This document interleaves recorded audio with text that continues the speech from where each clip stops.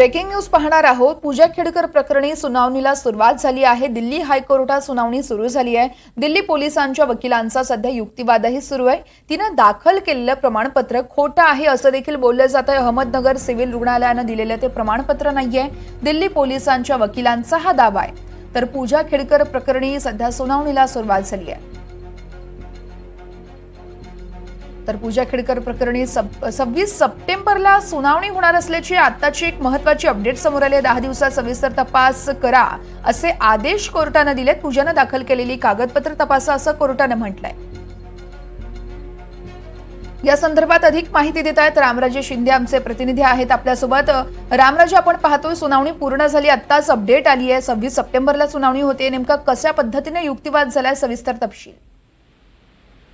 बिल्कुल मुद्दा हाच मांडला की दिल्ली पोलिसांनी की अहमदनगर म्हणजे की अहिल्याबाई नगरमध्ये जे 2 प्रमाणपत्र दिली गेली होती, जे दिव्यांगाच्या संदर्भात दिली होती, तर दुसरे जे प्रमाणपत्र दिले गेले तर ते त्यामध्ये तथ्य नाही, ते बनावट आहे असं दिल्ली पोलिसांनी सांगितलेलं आहे।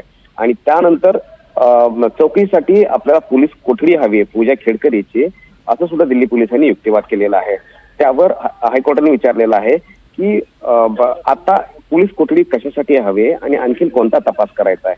तर त्यावर दिल्ली पोलिसांनी सांगितलं की तिने जे फॉर्जरी केलेली आहेत किंवा जे कागदपत्र दाखल केलेली आहेत त्या संदर्भामध्ये तपास करायचा आहे। तर दिल्ली हायकोर्टानं दिल्ली पोलिसांना सांगितलेलं की पुढच्या 10 दिवसामध्ये फील्डवर जाऊन म्हणजे की अहमदनगर या परिसरामध्ये जाऊन तिथले जे मेडिकल रिप्रेझेंटेटिव्ह असतील त्यांना भेटून तुम्ही तपास करा आणि तपास करून पुढचे 10 दिवस तपास करा आणि पुढच्या 5 दिवसामध्ये तो अहवाल हायकोर्टामध्ये सादर करा, म्हणजे की एकंदरीत 15 दिवसामध्ये तुमचा संपूर्ण तपास संपवा असे आदेश दिलेले आहेत। त्यामुळे आता दिल्ली पोलीस जे आहे ते महाराष्ट्रामध्ये जाऊन याचा सखोल तपास करणार आणि ते सगळं कागदपत्र घेऊन कोर्टामध्ये दाखल करणार आणि त्यानंतर 26 सप्टेंबरला ही सुनावणी पुन्हा होणार।